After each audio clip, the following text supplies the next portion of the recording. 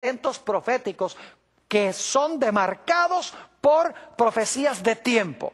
En primer lugar, esto sucede antes de que suene la séptima trompeta. La séptima trompeta es el final de la historia como lo conocemos, pero esto sucede en el momento de la sexta trompeta. Así que el tiempo en términos de la historia del mundo no puede haber terminado en ese momento. Y en segundo lugar, nos dice que inmediatamente después de decir que el tiempo no será más, se le dice al profeta: sal y profetiza de nuevo.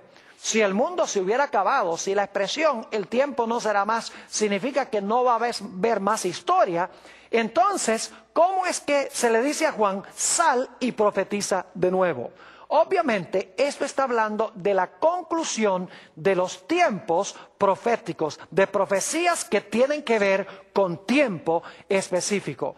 La última profecía de tiempo que se cumplió es la de Daniel 8:14, hasta 2300 días y el santuario será purificado. Ahora volvemos otra vez a la idea de que el cuerno pequeño pensó que podía cambiar los tiempos y la ley.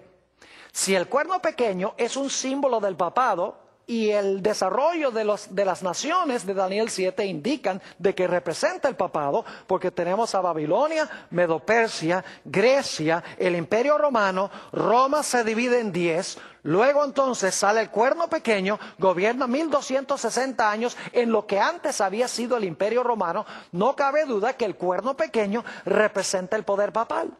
Entonces, en alguna forma, el poder papal durante el periodo de la Edad Media iba a intentar de alguna manera cambiar los tiempos, es decir, el calendario de eventos proféticos de Dios. ¿Con quién se iban a cumplir las profecías? ¿A dónde se iban a cumplir las profecías? ¿Y en qué manera se iban a cumplir esas profecías?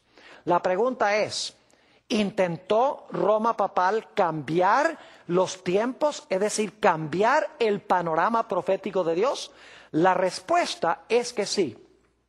No tengo mucho tiempo para describir lo que pasó en la Reforma Protestante, pero la Reforma Protestante, iniciada, según los historiadores, por Martín Lutero, empezó a estudiar estas profecías de Daniel 7, de Apocalipsis 17, segunda de Tesalonicenses 2, y apuntaron el dedo hacia la Iglesia romana como el cumplimiento de estas profecías.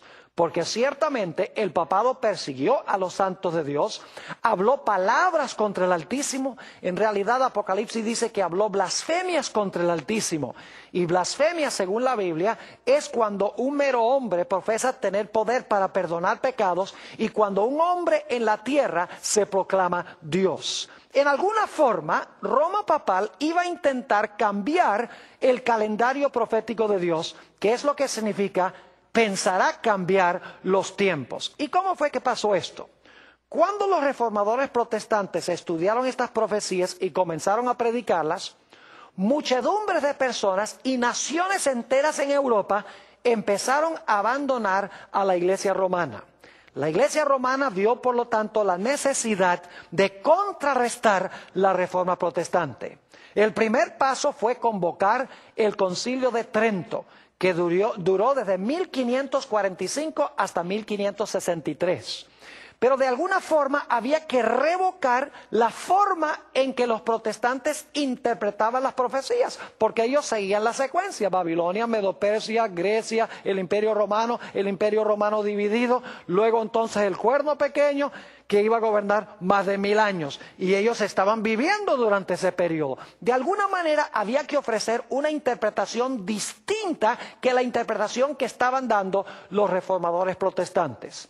Así fue que se levantó un individuo con el nombre de San Ignacio de Loyola y estableció lo que se conoce como los jesuitas o la Sociedad de Jesús. Eso fue en el año 1534. San Ignacio de Loyola expresó claramente que su intención era establecer esta sociedad para contrarrestar la Reforma protestante y para extirparla de la existencia. De los jesuitas salieron dos teólogos que dieron una interpretación diferente a las profecías que estaban dando los reformadores protestantes. El primero de estos se llamó Luis de Alcázar. Luis de Alcázar escribió un libro a donde decía: no, esta profecía del cuerno pequeño de Daniel el capítulo 7 y esta profecía de la bestia no tiene nada que ver con Roma papal. Él dijo, esta profecía del cuerno pequeño se cumplió en el Antiguo Testamento con un personaje que se llama Antíoco Epífanes. Desacró el templo judío, persiguió a los judíos, sacrificó un cerdo sobre el altar y gobernó más o menos 3 años, algo más de 3 años. Pero bueno, como son 3 años, 3 y medio, en realidad no interesa. Es suficientemente aproximado como para cumplirse la profecía del cuerno pequeño. Es decir, decía que el cuerno pequeño no era Roma papal, sino que era Antíoco Epífanes, quien se levantó aún antes que Cristo naciera. Y luego dijo, la bestia de Apocalipsis, el capítulo 13, no representa el papado, sino que la bestia representa en realidad a los emperadores romanos y específicamente a Nerón. Así que si el cuerno pequeño se cumplió en el Antiguo Testamento y si la bestia se cumplió durante el tiempo de los emperadores romanos, entonces el cuerno pequeño no tiene nada que ver con nuestra iglesia, no tiene nada que ver con Roma papal. Luego se levantó otro teólogo católico con el nombre de Francisco Rivera, también jesuita, y estableció una escuela de interpretación profética diferente que la preterista que había establecido Luis de Alcázar. Francisco Rivera dijo, no, la profecía del cuerno pequeño y de la bestia no se han cumplido todavía estas dos profecías. Él dijo, en realidad estas profecías se van a cumplir en el futuro con el Israel literal. Se va a levantar un personaje que va a reconstruir el templo, se va a sentar allá en el templo en Jerusalén, va a blasfemar contra Dios, va a perseguir a los judíos y va a gobernar por 3 años y medio literales en el futuro, al final de la historia. Es decir, que Francisco Rivera proyectó el cumplimiento de las profecías al lejano futuro, mientras que Luis de Alcázar proyectó el cumplimiento de las profecías al lejano pasado. Y lo que estaban haciendo era ocultando el cumplimiento verdadero de esas profecías con el sistema al cual ellos pertenecían en ese momento.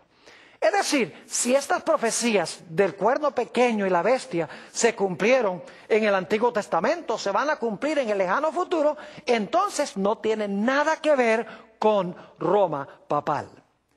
En realidad, lo que hicieron estos dos teólogos fue cambiar el calendario profético de Dios.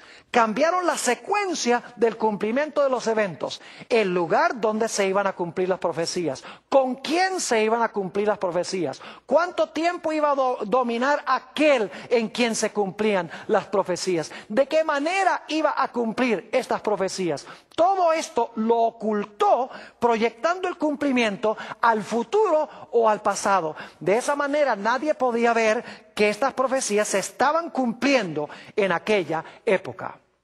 Pero Dios profetizó que cuando llegara este tiempo a su fin, el tiempos y la mitad de un tiempo, Dios iba a levantar a un pueblo que iba a contrarrestar estas dos cosas que intentó cambiar el cuerno pequeño.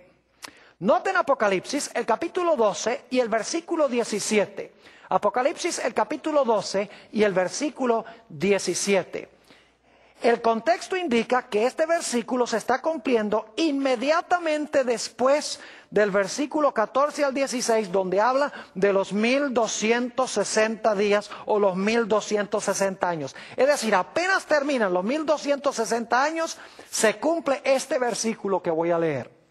Dice allí, en Apocalipsis 12, 17, entonces el dragón se llenó de ira contra la mujer.